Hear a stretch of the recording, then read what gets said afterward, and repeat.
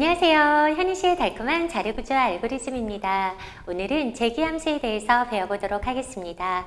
재기함수는요, 앞으로 배우시게 될 동적 프로그래밍 방식이나 분할 정복 알고리즘에 있어서 꼭 필요한 부분입니다. 여러분들 재기함수 알고 넘어가 주시기 바랍니다. 자, 그러면 지금부터 재기함수 알아보도록 할 건데요. 재기함수는 자기 자신을 재기적으로 호출하는 이름 그대로의 재기호출 함수입니다.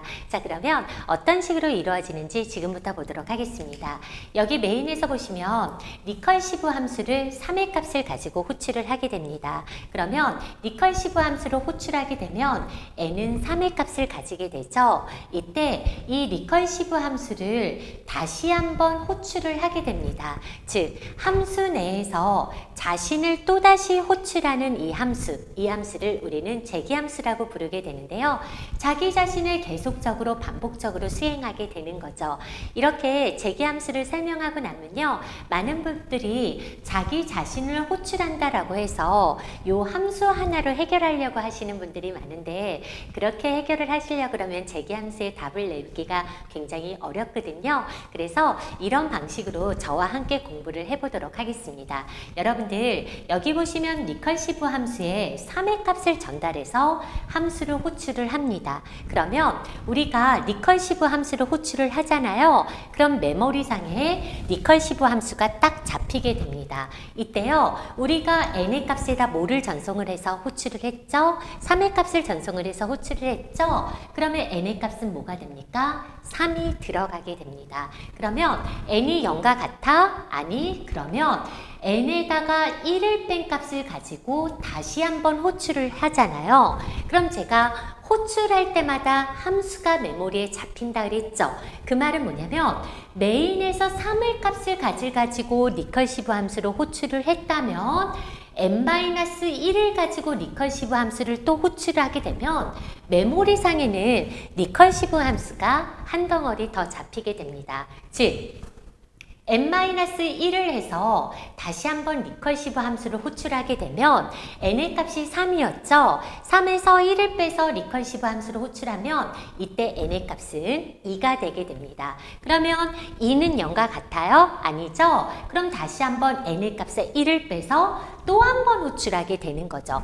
반복적으로 재기적으로 호출하고 있는 거예요. 그러면 자기 자신을 또 한 번 호출을 했는데 함수는 호출될 때마다 메모리에 잡히게 되거든요. 그러면 n-1의 값을 가지고 호출된 함수가 또 한 덩어리가 잡히게 되는 거죠.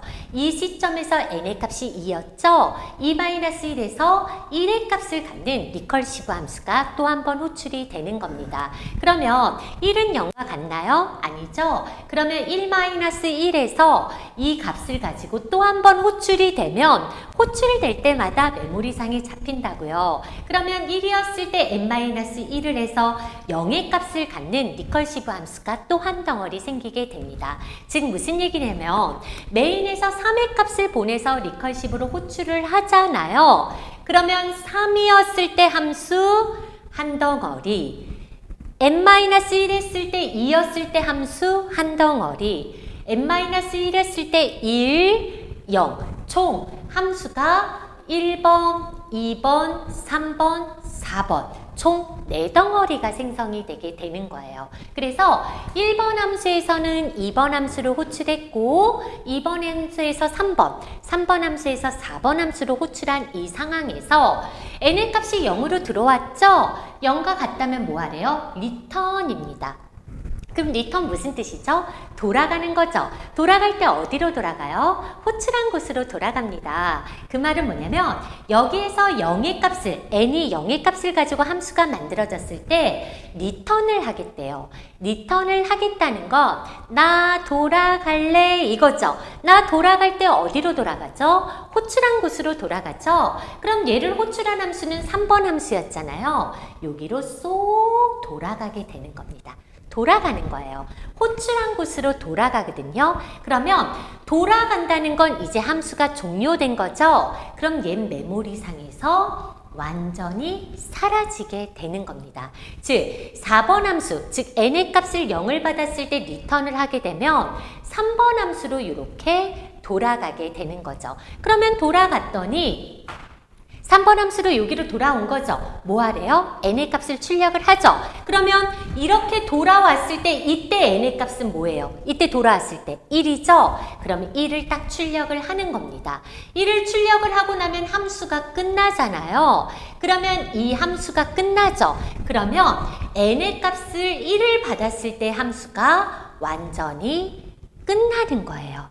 끝나면서 호출한 곳으로 돌아오죠. 이 함수로 호출한 곳은 어디죠? 여기죠. 여기로 돌아오는 거예요. 그러면 다시 돌아옵니다. 돌아왔더니 여기에서 프린트F 하래요. 그럼 돌아왔을 때 n의 값은 뭐죠? 2죠. 2를 출력을 해주는 거죠. 맞죠? 그리고 함수가 끝나죠? 그러면 메모리상에서 완전히 사라지면서 돌아간다. 어디로 돌아가요? 호출한 곳으로 돌아가는 거예요. 여기로 돌아오는 거거든요. 돌아왔습니다. 이때 n의 값 뭐죠? 3이죠? 그럼 이때 3을 딱 출력을 하는 거고 함수가 끝나면 메모리상에서 완전히 사라지면서 호출한 곳으로 돌아오고 끝나게 되는 거죠. 즉 무슨 말이냐면 우리가 리커시브 함수를 계속적으로 반복적으로 호출을 하게 되는 거죠. 그러면 메인에서 3의 값에서 n-1에서 n-1에서 호출돼서 종료 조건을 만나 리턴할 때는 호출한 곳으로 역순으로 이렇게 돌아와서 리턴이 될 수 있다는 겁니다. 결국은 함수를 한 번 호출할 때마다 차곡차곡 스택 메모리에 쌓이게 되는 거예요. 그럼 스택 메모리에 1번 함수, 2번 함수, 3번 함수, 4번 함수가 쌓였다면 종료될 때는 어떻게 종료되는 거예요?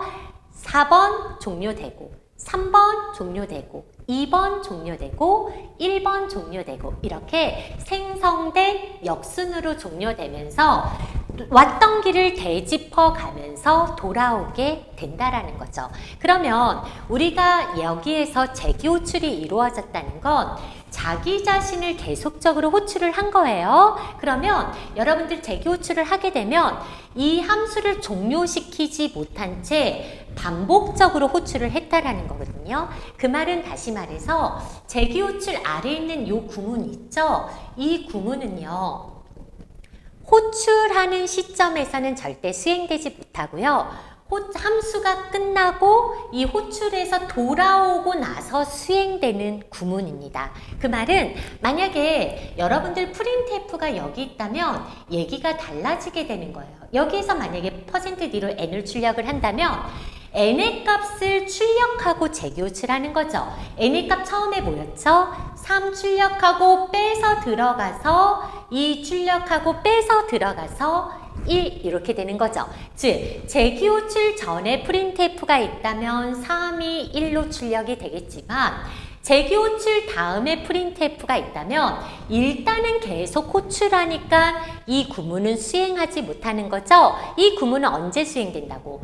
리턴에서 돌아온 다음에 수행할 수 있는 구문입니다. 그래서 여러분들 이제 앞으로 하나 알아두셔야 되는 게 재기 호출이 있으면 그 재기 호출 위에 있는 구문하고 아래에 있는 구문하고 수행되는 시점이 완전히 달라요. 위에 있는 구문은 호출하기 전에 호출이 이루어지기 전에 수행되는 구문인 반면 재기 호출 아래에 있는 구문은 모든 호출이 끝나고 리턴돼서 돌아오면서 수행되는 구문이에요. 즉 재기 호출 위에 있는 구문과 아래에 있는 구문은 완전히 수행되는 시점이 다르고요. 그리고 한 가지 더, 우리가 재기 호출은 계속적으로 반복적으로 수행이 되는 거죠. 그런데 이런 식의 종료 조건이 없다면 어떻게 되겠어요? 무한 반복으로 호출이 되겠죠. 결국은 콜스택 추가로 프로그램이 다운되게 됩니다. 그 말은 재기 호출을 함수를 만드실 때는 반드시 종료되는 조건을 써주셔야 돼요. 근데 여러분들 이렇게 하고 봤더니 1, 2, 3, 3, 2, 1 이거 얼마든지 뭘로 표현할 수 있죠? 반복문으로 표현할 수 있죠? 여러분들 재기함수 나오면 딱 제가 하는 말이 뭐냐면 인생을 피곤하게 만드는 재기함수는 사용하지 않을 수 있으면 사용하지 않는 것이 좋아요. 뭐냐면 여러분들 대부분의 제기로 표현할 수 있는 거는 얼마든지 반복문으로 표현할 수도 있거든요. 근데 제기함수를 사용을 하면 계속돼서 호출할 때마다 메모리도 많이 잡아먹고 호출하고 리턴하면서 실행 성능도 떨어집니다. 결국은 제기를 반복문으로 표현할 수 있다면 제기보다는 반복문이 훨씬 더 효율적인 코드가 될 수 있겠죠. 하지만 수학을 제기적인 방식으로 도는 수학 문제라든지 또는 우리가 뭐 트리라든지 그래프라든지 제기를 사용했을 때 굉장히 쉽게 해결되는 문제들이 있거든요.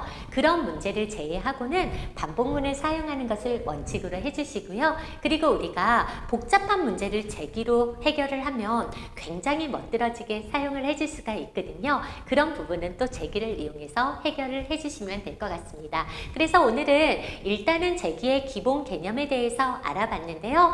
호출되고 역순으로 돌아오면서 호출된 밑에 있는 구문은 호출된 이후에, 즉 리턴되고 돌아오면서 수행된다 라고 결론을 내주시면 될 것 같습니다. 제가 제기에 대한 다양한 예제를 풀어보면서 앞으로 수업을 쭉 이어갈 텐데요. 수업 계속적으로 들어주시기 바랍니다. 감사합니다.